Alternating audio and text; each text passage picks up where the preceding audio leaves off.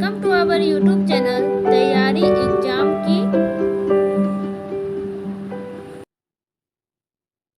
तो आज की इस वीडियो में हम लोग कक्षा 12 हिंदी दिगंत भाग 2 से पाठ 2 है। यहाँ पे उसने कहा था, जिनके लेखक हैं चंद्रधर शर्मा गुलेरी। तो इसमें हम लोग परीक्षा उपयोगी प्लस में संपूर्ण पाठ का हल देखने वाले हैं। तो वीडियो को अंत तक जरूर देखिएगा। आप लोग हमारे चैनल पर नए हैं तो चैनल को सब्सक्राइब करके बेल आइकन को प्रेस कर दीजिएगा, ताकि हमारे वीडियोस के अपडेट्स सबसे पहले आप तक पहुँचे। तो आइए वीडियो को स्टार्ट करते हैं। यह पाठ 2 है। उसने कहा था, जिनके लेखक हैं चंद्रधर शर्मा गुलेरी।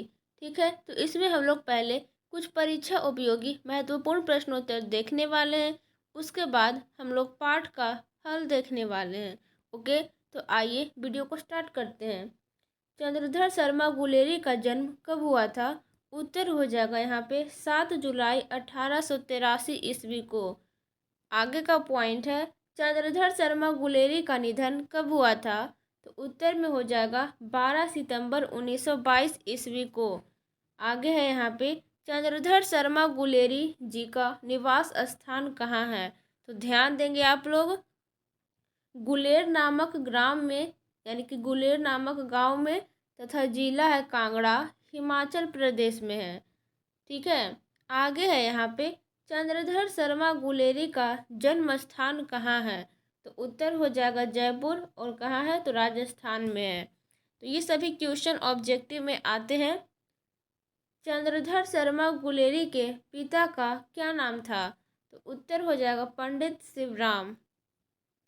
आगे है, चंद्रधर शर्मा गुलेरी जी के शिक्षा के विषय में बताएं। तो उत्तर में लिखेंगे, बचपन में संस्कृत की शिक्षा, 1899 में इलाहाबाद तथा कोलकाता विश्वविद्यालयों से क्रमशः एंट्रेंस तथा मैट्रिक, 1901 में कोलकाता विश्वविद्यालय से इंटरमीडिएट। आप लोग ध्यान देंगे, 1903 में इलाहाबाद विश्वविद्यालय से बीए किए। आगे का पॉइंट फिर से आता है यहाँ पे, चंद्रधर शर्मा गुलेरी जी के वृत्ति के विषय में बताएं। वृत्ति कहने का मतलब यहाँ पे हो गया पेशा से। ठीक है, पेशा की मतलब वो क्या करते थे। तो आइए हम लोग देखते हैं। 1904 में जयपुर दरबार की ओर से खेतड़ी के नाबालिग राजा जयसिंह के अभिभावक बनकर मेयो कॉलेज अजमेर में आ गए। जयपुर भवन छात्रावास के अधीक्षक, 1916 में संस्कृत विभाग के अध्यक्ष। आगे है, अंतिम दिनों में मदन मोहन मालवीय के निमंत्रण पर बनारस हिंदू विश्वविद्यालय में प्राच्य विभाग के कार्यवाहक प्राचार्य तथा मनीन्द्र चंद नदी पीठ के प्रोफेसर रहे। ठीक है, तो ये सब आपको उतना याद नहीं करना है, एक बार आप लोगों को सिर्फ समझना है। ठीक है, आगे है यहाँ पे, चंद्रधर शर्मा गुलेरी द्वारा किया गया संपादन कौन कौन से है, नाम लिखे। तो संपादन आपको माइंड में रखना है, कौन कौन से थे। तो दो ही हैं, समालोचक और काशी नागरी प्रचारिणी पत्रिका। आगे का पॉइंट है यहाँ पे, चंद्रधर शर्मा गुलेरी जी की रचनाएं कौन कौन सी है, नाम लिखें। तो उत्तर में लिखेंगे, पहले तो कहानी में हम लोग देख लेते हैं। तो सुखमय जीवन, जो कि 1911 में प्रकाशित हुआ था। आगे है बुध का कांटा, जो कि ये भी 1911 में प्रकाशित हुआ था। और उसने कहा था, ध्यान देंगे, आपको एग्जाम में ऑब्जेक्टिव क्वेश्चन पूछ सकता है कि उसने कहा था कब प्रकाशित किया गया था, 1915, 1916 या 1921। ठीक है, कुछ भी आपसे पूछ सकता है। तो ध्यान देंगे, उसने कहा था जो 1915 में प्रकाशित हुआ था। आगे है प्राच्य विद्या, इतिहास, पुरातत्व, भाषा विज्ञान और समसामयिक विषयों पर निबंध लेखन। ठीक है, आगे देखिए, कछुआ धर्म, मारेसी मोही, कुंठाव, पुरानी हिंदी, भारतवर्ष, डिंगल, संस्कृत की टिपरारी, देवना प्रिय आदि प्रमुख निबंध। ठीक है, ये सभी क्या थे? तो निबंध थे। ये भी आपको याद रखनी है। आगे है, इनके अतिरिक्त अनुवादों की बाढ़ खोज की खाज। ठीक है, आगे यहाँ पे क्रियाहीन हिंदी, वैदिक भाषा में प्राकृतपन आदि टिप्पणियाँ भी प्रकाशित। इनकी रचना अंग्रेजी में भी हुई है, तो ध्यान देंगे। तो अंग्रेजी में हो जाएगा ए पोएम बॉय भास। आगे है एक कमेंट्री ऑन वात्स्यायन कामसूत्र। फिर है द लिटरेरी क्रिटिसिज्म आदि निबंध। देश प्रेम को लेकर कुछ कविताएं भी लिखी। यहाँ पे कुछ नोट दिए गए हैं। चंद्रधर शर्मा गुलेरी 20वीं सदी के प्रथम चरण में हिंदी गद्य साहित्य के एक प्रमुख लेखक थे। ठीक है, यहाँ पे है चंद्रधर शर्मा गुलेरी जी को कौन कौन से भाषाओं का ज्ञान था, ये सभी बहुत ही महत्वपूर्ण है। ठीक है, कि एग्जाम में आपको ऑब्जेक्टिव क्वेश्चन पूछ सकता है कि ऐसे कौन से लेखक हैं जिनको हिंदी, संस्कृत, अंग्रेजी भाषाओं का ज्ञान था। तो बहुत सारे ऑप्शन मिलेंगे, तो उसमें एक रहेगा चंद्रधर शर्मा गुलेरी, तो वो सही हो जाएगा। ठीक है, तो यहाँ पे क्वेश्चन है चंद्रधर शर्मा गुलेरी जी को कौन कौन से भाषाओं का ज्ञान था, तो उत्तर हो जाएगा वे अपने समय में हिंदी, संस्कृत, अंग्रेजी आदि भाषाओं के प्रकांड विद्वान थे। अब आइए हम लोग आगे की ओर चलते हैं।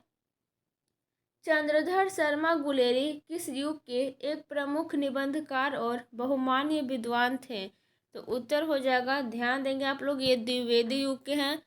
आपकी बुक में भी लिखा हुआ है, आप लोग इसे मिस नहीं कीजिए।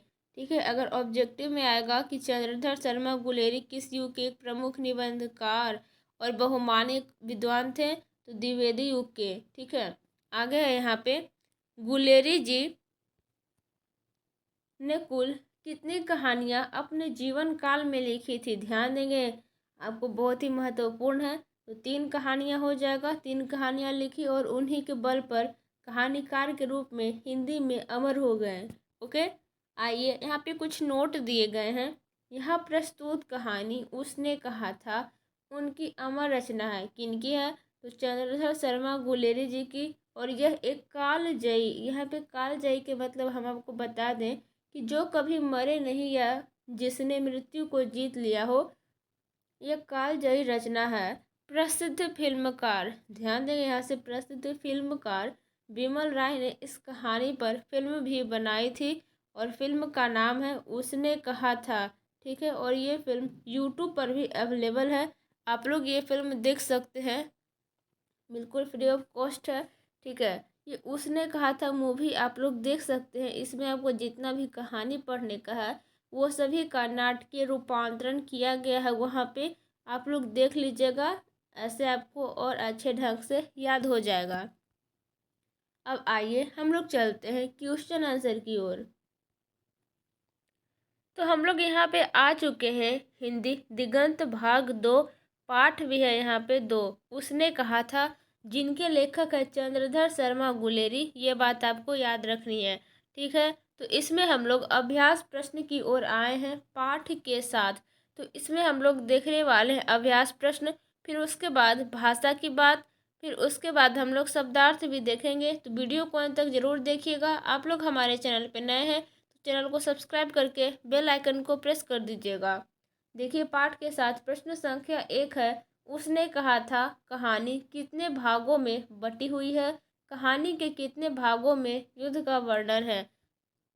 तो ये सभी क्वेश्चन आपको ऑब्जेक्टिव में भी पूछ सकता है। तो उत्तर हो जाएगा, उसने कहा था कहानी 5 भागों में विभक्त की गई है। नायक, इस पूरी कहानी में 3 भागों में युद्ध का वर्णन है। कौन कौन से, तो द्वितीय, तृतीय तथा चतुर्थ भाग में युद्ध के दृश्य हैं, और प्रथम और पंचम यानी कि पहला और 5 में प्रेम का वर्णन है। ठीक है, तो आइए अब हम लोग प्रश्न संख्या 2 की ओर चलते हैं। कहानी के पात्रों की एक सूची तैयार करें। तो उत्तर में आप लोग ऐसे लिखेंगे, कहानी में कई पात्र हैं जिनमें से कुछ प्रमुख हैं और कुछ गौण। कहानी के पात्रों के नाम निम्नलिखित हैं। यहाँ पे आप लोग देख सकते हैं, लहना सिंह, ये कौन था, कौन है, सूबेदारनी है जिससे लहना सिंह को प्रेम हुआ था, और सूबेदार हजारा सिंह है, बोधा सिंह है, जो कि सूबेदार का बेटा है। ये बात आपको याद रखनी है। ऑब्जेक्टिव क्वेश्चन में आ सकता है कि बोधा सिंह कौन था, तो सूबेदार का बेटा था। आगे है अतर सिंह, जो कि लड़की के मामा का नाम है, ठीक है। आगे है महा सिंह, ये सिपाही है। वजीरा सिंह, ये भी एक सिपाही है। लेफ्टिनेंट साहब आदि, ठीक है। आइए अब हम लोग प्रश्न संख्या 3 की ओर चलते हैं। लहना सिंह का परिचय अपने शब्दों में दे, ठीक है।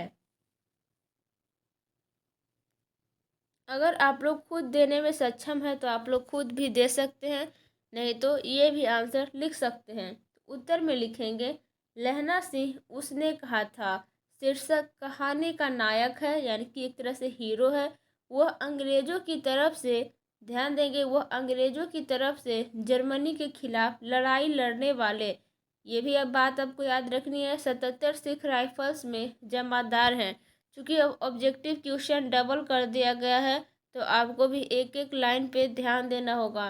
प्रश्न संख्या 4 है, पाठ से लहना और सूबेदारनी के संवादों को एकत्र करें। तो ये सभी क्वेश्चन होता है, एग्जाम नहीं आते हैं, फिर भी आपको दिया हुआ है तो आपको बनाना होगा। उत्तर हो जाएगा प्रस्तुत पाठ उसने कहा था कि पहले और 5वें भाग में लहना और सूबेदारनी की बातचीत को दर्शाया गया है। कहानी के पहले हिस्से में ध्यान देंगे, जो कहानी का पहले हिस्से है या पहला भाग है, उसमें ये बात कही गई है कि तेरे घर कहाँ है। यानी कि लहना से पूछता है लड़की से कि तेरे घर कहाँ है, तो लड़की जवाब देती है नगमे में। फिर लड़की बोलती है और तेरे, तो लड़का बोलता है मांझे में। यानी कि ध्यान देंगे, लड़की का घर है नगमे में और लड़का का घर है मांझे में, ठीक है। तो ये सभी ऑब्जेक्टिव क्वेश्चन बन सकते हैं। यहाँ कहाँ रहती है, फिर लड़का लड़की से पूछता है यहाँ कहाँ रहती है, तो लड़की जवाब देती है अतर सिंह, यानी कि उसके मामा की बैठक में, यानी कि लड़की अपने मामा की बैठक में। वे मेरे मामा होते हैं, ठीक है, वे मेरे मामा होते हैं। लड़का बोलता है मैं भी मामा के यहाँ आया हूँ, उनका घर गुरु बाजार में है, ओके। फिर इतना बात होती है, फिर जैसे ही लड़का पूछ देता है कि तेरी कुड़माई हो गई, तो इस पर लड़की ने आँख चढ़ाकर बोलती है धत धत कहा, ठीक है। एक दिन फिर वही सवाल पूछने पर लड़की ने उम्मीद के विपरीत बोली हाँ हो गई। वो बोलती है थोड़ा सा नर्वस होके कि हाँ हो गई। तो लड़का बोलता है कब। लड़की बोलती है, अपने जवाब में बोलती है कल, देखते नहीं यह रेशम से फूलों वाला सालू। कहानी के 5वें भाग में प्रथम विश्व युद्ध में जाते समय सूबेदार हजारा सिंह, और ये सूबेदार हजारा सिंह कौन था, जो लहना सिंह था, जो उस लड़की से प्यार करता था, वो उसका पति था सूबेदार हजारा सिंह के घर पर भी दोनों के बीच बातचीत हुई, यानी कि वो लड़की और वो लड़का की बातचीत हुई। तो लड़की कहती है मुझे पहचाना, तो लहना सिंह कहता है नहीं। तो फिर वो याद दिलाती है लड़की कि तेरी कुड़माई हो गई, धत कल हो गई, देखते नहीं रेशमी बूटों वाला सालू अमृतसर में।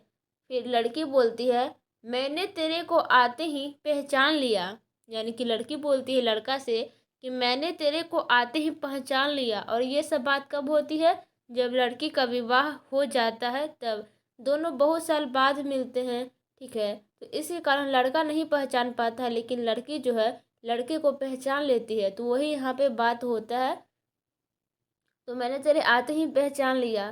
फिर एक काम कहती हूँ, लड़की कहती है लड़का से कि मेरे तो भाग फूट गए, सरकार ने बहादुरी का खिताब दिया है। लायलपुर में, ध्यान देंगे ये जो है लायलपुर, ये भी बहुत महत्वपूर्ण है ऑब्जेक्टिव के दृष्टिकोण से। खिताब दिया है, लायलपुर में जमीन दी है, आज नमक हलाली का मौका आया है, पर सरकार ने हम तीमियों की घघरिया पलटन क्यों न बना दी। मतलब कि जैसे कि सूबेदारनी है और उसका एक बेटा है और उसके एक पति है सूबेदार सिंह, तो वही बोल रही है कि सरकार ने हम तीमियों, यानी कि हम तीनों की घघरिया पलटन क्यों न बना दी, जो मैं भी सूबेदार जी के साथ चली जाती यानी कि जहाँ पे वो ड्यूटी करते हैं, तो उनके पापा और उसका बेटा वहीं पे सूबेदारनी भी सोच रही है कि मैं भी चली जाती। फिर आगे की बात करते हैं, ये सब लहना सिंह से कहती है कि एक बेटा है, फौज में भर्ती हुए उसे 1 ही वर्ष हुआ है, उसके पीछे 4 और हुए। और ध्यान देंगे आप लोग कि यहाँ पे 4 पुत्र थे किसके, तो सूबेदारनी के 4 पुत्र थे और एक पुत्र और था, तो यानी कि 5 पुत्र थे। ये सभी भी ऑब्जेक्टिव क्वेश्चन बन सकता था, ठीक है, यहाँ से बन सकता है। उसके पीछे 4 और हुए पर एक भी नहीं जिया, यानी कि 4 और युद्ध में गए, तो युद्ध में गए तो मारे गए सब। तो अब दोनों जाते हैं, मेरा भाग। अब दोनों जाते हैं मतलब कि सूबेदारनी का पति और उसका एक बेटा बोधा सिंह, हजारा सिंह और बोधा सिंह, ठीक है। मेरा भाग, तुम्हें याद है एक दिन टांगे वाले का घोड़ा दही वाले की दुकान के पास बिगड़ गया था, तुमने उस दिन मेरे प्राण बचाए थे। सूबेदारनी याद दिलाती है लहना सिंह को कि आप घोड़े की लातों में चले गए थे और मुझे उठाकर दुकान के तख्ते पर खड़ा कर दिया था। ऐसे ही इन दोनों को बचाना, यह मेरी भिक्षा है। वही बोल रही है कि आपने जैसे हमें बचपन में बचाया था, तांगे वाले का जब घोड़ा बिगड़ गया था तो आपने हमें उठाकर दही वाले को दुकान के तख्ते पर खड़ा कर दिया था, तो यह मेरी भिक्षा है। अपनी आंचल पसारती है कि मैं तुम्हारे आगे अपनी आंचल पसारती हूँ, जो मेरे बेटा और पति की रक्षा करना, ठीक है। आइए अब हम लोग प्रश्न संख्या 5 देखते हैं।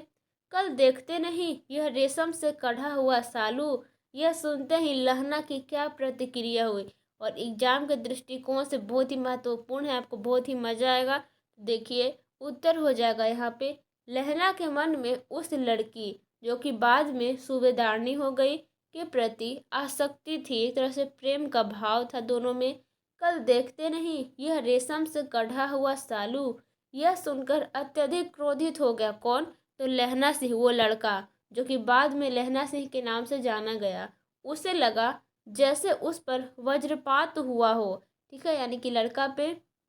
वह रास्ते में किसी को नाली में धकेल देता है। जैसे ही वो सुनता है कि हाँ मेरी कुड़माई हो गई, तो समझे कि उनके शरीर पे एक वज्रपात हुआ हो, यानी कि एक झटका लगा हो, ठीक है। तो जैसे ही वो सुनता है तो वह रास्ते में जाते हुए तो किसी को नाली में ढकेल देता है, कभी सब्जी वाले की सब्जी में दूध को उड़ेल देता है, यानी कि गुस्से में पूरा वो घर जाता है।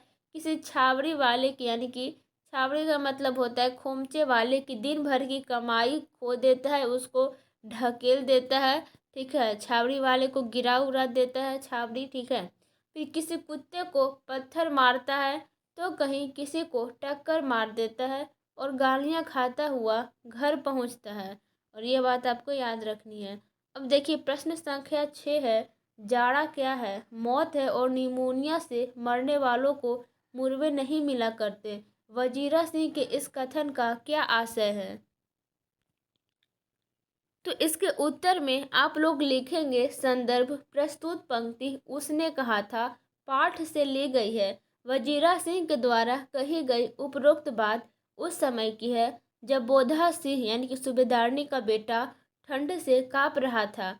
लहना सिंह अपने सभी गर्म कपड़े बोधा सिंह को देकर खुद खाकी कोट का कुर्ता पहनकर बोधा सिंह की जगह पहरा देने खड़ा हो जाता है।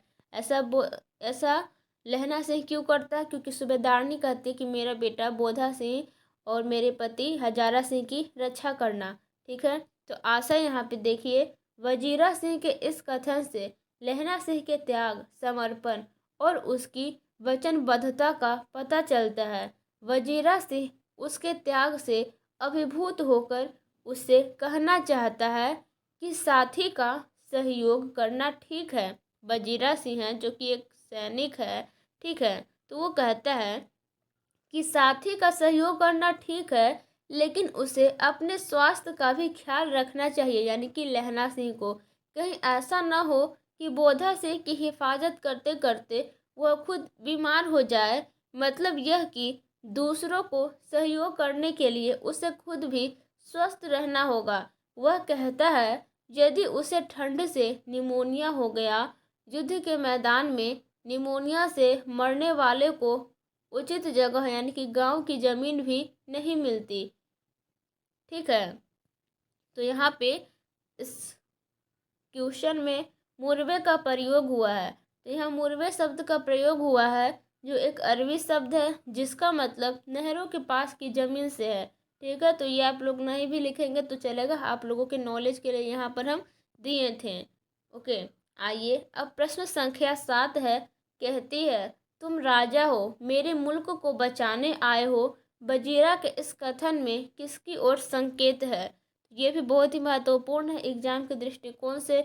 उत्तर हो जाएगा, कहती है तुम राजा हो, मेरे मुल्क को बचाने आए हो। वजीरा सिंह के इस कथन से इंग्लैंड और फ्रांस की गोरी फिरंगी, ध्यान देंगे, फ्रांस की गोरी फिरंगी महिला की ओर का संकेत मिलता है।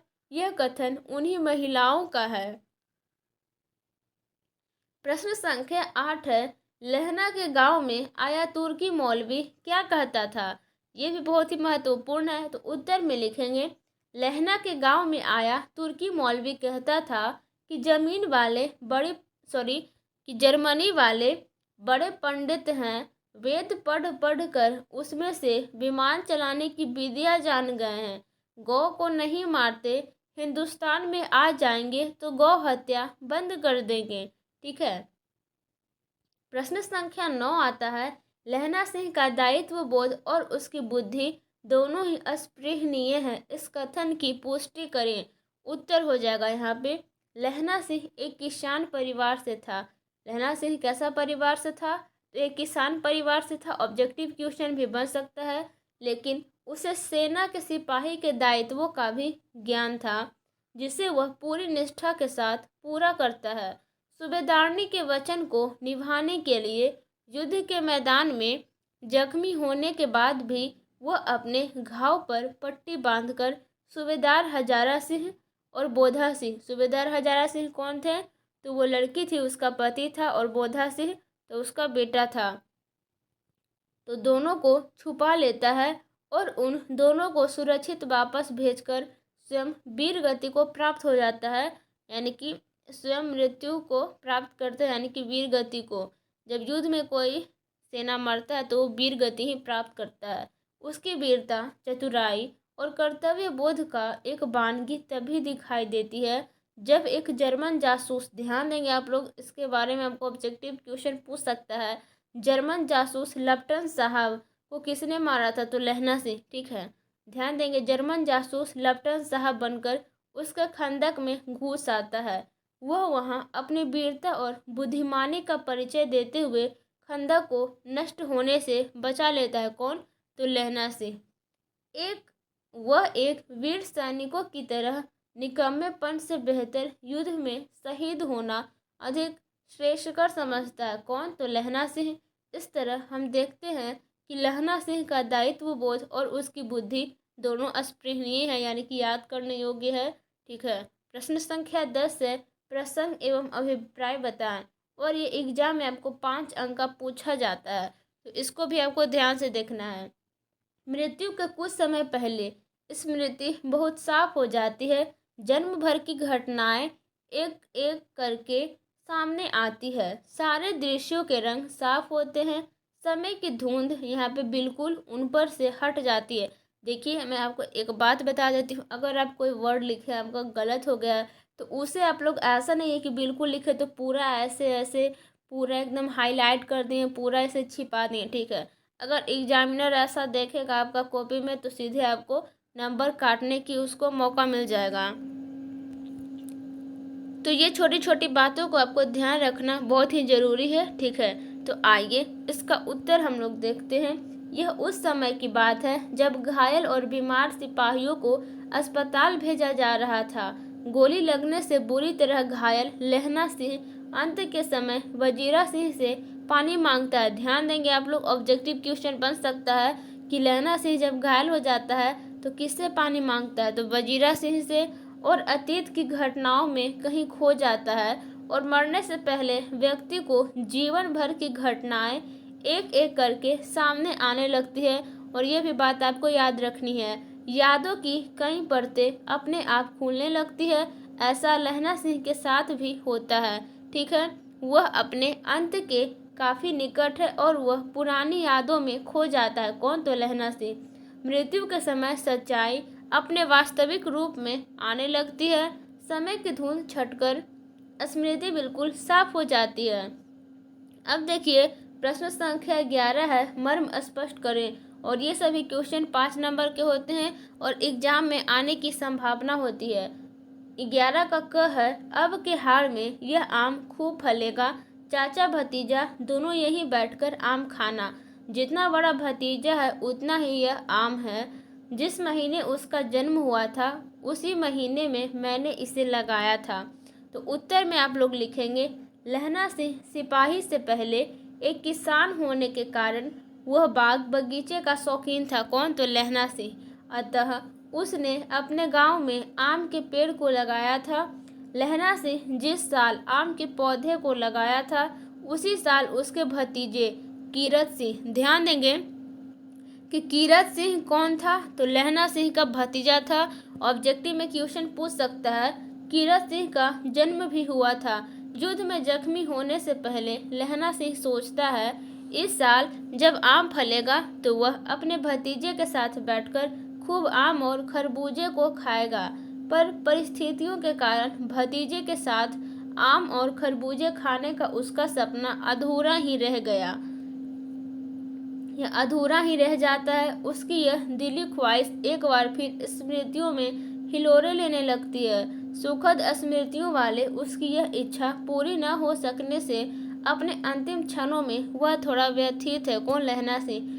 ये बात सच है कि मनुष्य की जब तक मृत्यु नहीं हो जाती है जब तक उसकी इच्छाएं असीम रहती है, यानी कि इच्छाओं का कोई लिमिट नहीं होता है कि हमें इतना ही इच्छा चाहिए, मैं ज़िंदगी में खुश हूँ। मतलब कि इंसान को जितना मिले उतना वो लेते जाता है, पाते जाता है। तो वही लहना सिंह को भी शौक था कि इस बार अगर आम फलेगा तो हम चाचा भतीजा दोनों बैठ कर खाएंगे। लेकिन लहना सिंह तो मूर्छित अवस्था में था और वो वीर गति को प्राप्त कर गया और उसकी यह ख्वाहिश ही रह गई।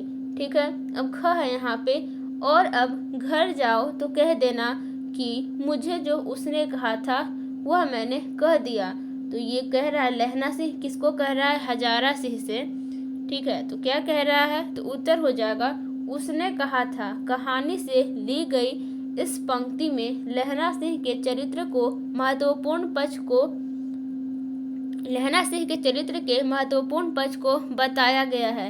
यह एक अनजान लड़की के प्रति उसके मन में उत्पन्न स्नेह, समर्पण और उसके साहस को भी रेखांकित करता है। ध्यान देंगे आप लोग, 25 वर्षों के बाद सूबेदारनी उसे प्रथम विश्व युद्ध के लिए जाते समय बचपन की घटनाओं का स्मरण कराती है और युद्ध के मैदान में पति हजारा सिंह, ध्यान देंगे सूबेदारनी का पति का नाम क्या था? तो हजारा सिंह, और बेटा बोधा सिंह की हिफाजत करने का अनुरोध करती है। लहना सिंह सूबेदारनी के उस स्नेह और विश्वास को अपने अंदर संजोए रखा। अपने कर्तव्यों के निर्वहन के साथ साथ उसके विश्वास की रक्षा करना लहना सिंह के जीवन का लक्ष्य बन गया था। युद्ध क्षेत्र के सभी घटना चक्रों के बीच सूबेदारनी को दिए वचन के प्रति वह सजग रहता है। कौन? तो लहना सिंह। वह अपनी जान पर खेलकर भी हजारा और बोधा सिंह दोनों की रक्षा करता है। सूबेदारनी ने बचपन के जिन संबंधों पर लहना सिंह पर भरोसा करके उससे अपने पति और बेटे की सुरक्षा की भीख मांगी थी, लहना सिंह ने अपनी जान देकर उस भरोसे की रक्षा करता है। ठीक है, आगे है, प्रस्तुत पंक्ति के माध्यम से यही बात बताने का प्रयास किया गया है जो लहना सिंह और सूबेदारनी के बीच त्याग और विश्वास पर टिका मानवीय संबंधों को एक ऊंचे आदर्श पर स्थापित करता है। प्रश्न संख्या 12 है, कहानी का शीर्षक उसने कहा था क्या सबसे सटीक शीर्षक है? अगर हाँ तो क्यों? या आप इसके लिए कोई दूसरा शीर्षक सुझाना चाहेंगे? अपना पक्ष रखें। तो उत्तर में लिखेंगे आप लोग, उसने कहा था का शीर्षक बिल्कुल सही और सटीक प्रतीत होता है। उसने कहा था शीर्षक जहां कहानी की नायिका के चरित्र को उजागर करता है, वहीं उसके द्वारा कही गई बातें नायक के जीवन में एक नया मोड़ ला देती है।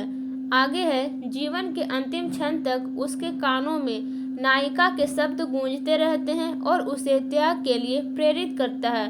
अतः नायिका की कई बातों के इर्द गिर्द घूमती इस कहानी का शीर्षक उसने कहा था उचित भी है और उपयुक्त भी। ओके, आइए प्रश्न संख्या 13 की ओर चलते हैं। तो यहाँ पे आप लोग देख सकते हैं, उसने कहा था कहानी का केंद्रीय भाव क्या है, वर्णन करें। उत्तर में लिखेंगे, सूक्ष्म मानवीय संबंधों को केंद्र में रखकर लिखी गई कहानी उसने कहा था प्रेम को एक नए रूप में परिभाषित करता है। प्रथम विश्व युद्ध की पृष्ठभूमि पर लिखी गई इस कहानी में लहना सिंह और सूबेदारनी के बचपन के आदर्श संबंध को दिखाया गया है। कथा का नायक सूबेदारनी के अटूट विश्वास से अभिभूत है, उसे महान त्याग के लिए प्रेरित करता है। कहानी में नायक के किसी भी सपने के साकार नहीं होने से युद्ध की पृष्ठभूमि में लिखी गई यह कहानी वास्तव में एक युद्ध विरोधी कथा है। ठीक है, आइए अब हम लोग क्वेश्चन आंसर यहाँ पे समाप्त हो गया है। ठीक है, अब आइए, आपको अगर एग्जाम में अच्छे मार्क्स लाने हैं, 100 में आपको 95 प्लस लाने हैं, ठीक है, तो आपको भाषा की बात और शब्दार्थ भी देखना है। भाषा की बात का प्रश्न संख्या 1 है, निम्नलिखित शब्दों से विशेषण बनाएं और उनका वाक्य में प्रयोग करें। तो यहाँ पे देखिए, जल है तो जल का विशेषण हो जाएगा जलीय, तो मछली जलीय जीव है। और धर्म का विशेषण हो जाएगा धार्मिक, तो महात्मा गांधी धार्मिक प्रवृत्ति के व्यक्ति थे। नमक का विशेषण हो जाएगा नमकीन, ठीक है, नमकीन हो जाएगा। और इसी से आपको वाक्य बनाना है। ठीक है, ये शब्द है, फिर विशेषण बनाना है, फिर वाक्य बनाना है और वाक्य में इस शब्द का प्रयोग करना है। देखिए, नमक का हो जाएगा नमकीन, समुद्र का पानी नमकीन होता है। विलायत का हो जाएगा विलायती, हजारा से विलायती अफसर था, ये आपको याद रखनी है। अब यहाँ पे है फौज, फौज का हो जाएगा फौजी, सोहन फौजी है, कुछ भी आप लोग बना सकते हैं। किताब का किताबी हो जाएगा, किताबी ज्ञान से मनुष्य विद्या प्राप्त करता है। जो किताबी ज्ञान है उससे मनुष्य विद्या प्राप्त करता है। ठीक है, प्रश्न संख्या 2 आता है, भाषा की बात से दिए गए शब्दों के समानार्थी शब्द लिखें, यानी कि उसके समान एक तरह से। तो यहाँ पे मुर्दा, मुर्दा का हो जाएगा लाश, मृतक या फिर शव। लहू का हो जाएगा खून या रक्त। घाव का हो जाएगा जख्म या फिर नासूर। झूठ का हो जाएगा असंगत या फिर असत्य। चकमा का हो जाएगा धूर्तता या फिर धोखा। चिट्ठी का हो जाएगा पत्र। घर का हो जाएगा झोपड़ी, गृह, कुटिया या फिर आलय। राजा का हो जाएगा नृप या फिर सम्राट। रचना का हो जाएगा कृति या फिर लेखनी। ठीक है, अब आइए प्रश्न संख्या 3 की ओर चलते हैं। रचना के आधार पर इन वाक्यों की प्रकृति बताएं। कह यहाँ पे राम राम यह भी कोई लड़ाई है, उत्तर हो जाएगा सरल वाक्य। ख है यहाँ पे परसों रिलीफ आ जाएगी और फिर 7 दिन की छुट्टी, इसका उत्तर हो जाएगा संयुक्त वाक्य। ठीक है, ग है यहाँ पे कहती है तुम राजा हो, मेरे मुल्क को बचाने आए हो, इसको उत्तर हो जाएगा मिश्र वाक्य। घ है यहाँ पे इस पर लड़की कुछ आगे चढ़ाकर धत कहकर दौड़ गई और लड़का मुंह देखता रह गया, ये कैसा वाक्य है, तो ये संयुक्त वाक्य है। आगे देखिए, अड़ा पे हम लोग चलते हैं। हाँ, देश क्या है, स्वर्ग है, तो उत्तर में लिखेंगे मिश्र वाक्य है ये। च में है मैं तो बुलेल की खड्ड के किनारे मरूंगा, इसका उत्तर हो जाएगा मिश्र वाक्य। प्रश्न संख्या 4 आता है, उत्पत्ति की दृष्टि से इन शब्दों की प्रकृति बताएं। आवाज का हो जाएगा विदेशज। कयामत का हो जाएगा विदेशज। आंसू भी हो जाएगा तद्भव। ठीक है, तद्भव को आप लोग इस तरह से भी लिख सकते हैं। ठीक है, तद हो गया और भव, ओके, तद्भव आपको इस तरह से भी लिख सकते हैं। दहे भी हो जाएगा तद्भव। बिजली देशज। छई तत्सम। बेईमान देशज। सोते तद्भव। बावलियों मतलब देशज। खाद देशज। सिगड़ी देशज। बादल भी हो जाएगा देशज। ये सभी है, हम आपको हिंदी व्याकरण में भी पढ़ाएंगे। ठीक है, अभी स्टार्ट करने वाले हैं हिंदी व्याकरण का न्यू सेशन।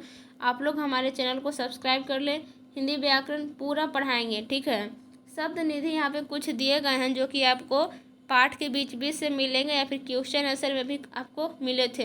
तो उसका मतलब हम लोग जान लेते हैं। लड्ढी वाले, इसका मतलब होता है गाड़ी वाले। कुड़माई का मतलब हो गया सगाई, एक तरह से शादी या फिर विवाह। सालू का मतलब हो गया दुपट्टा। छावड़ी वाले का मतलब हो गया खोमचे वाले। गनीम का मतलब हो गया दुश्मन, याद रखेंगे आप लोग। गैवी का मतलब हो जाएगा आसमानी या फिर दैवी। जलजला का मतलब हो जाएगा भूकंप। उद्यमी का मतलब हो जाएगा उद्यमी। विदूषक का मतलब जोकर, ठीक है। यहाँ पे पाधा शब्द आता है, इसका मतलब होता है पुरोहित या फिर पंडित भी कह सकते हैं। लाड़ी होरा, ये क्या है तो स्त्री के लिए आदर सूचक शब्द है। मांदे का मतलब होता है ठंडे। मुरवे का मतलब होता है नहरों के पास की जमीन। खानसामा का मतलब होता है रसोईया। सोहरा का मतलब होता है एक प्रकार की गाली, ठीक है। खोते का मतलब होता है गधा। और छई का मतलब होता है छीन होता। और दंत बीनोपदेशाचार्य का मतलब होता है दांतों से बीना बजाने का उपदेश देने वाली। तिमियों का मतलब होता है स्त्रियों। ओरबी का मतलब होता है घर के अंदर की कोठरी। पट्ट का मतलब होता है जांघ। और हाड़ का मतलब होता है आषाढ़। और सिंगड़ी का मतलब होता है अंगीठी या फिर बोरसी। आई होप आपको वीडियो अच्छा लगा होगा, तो लाइक सब्सक्राइब एंड शेयर जरूर कीजिएगा। मिलते हैं अगले वीडियो में। Thank you so much. अगर आप लोग मेरे टेलीग्राम चैनल तैयारी एग्जाम के 12th ग्रुप से नहीं जुड़े हैं तो ज्वाइन कीजिए, सर्च कीजिए वहाँ पे तैयारी एग्जाम की 12th ग्रुप। आप लोग वहाँ पे ज्वाइन कर लीजिए, इसका PDF नोट्स मिल जाएगा। मिलते हैं। Thank you so much.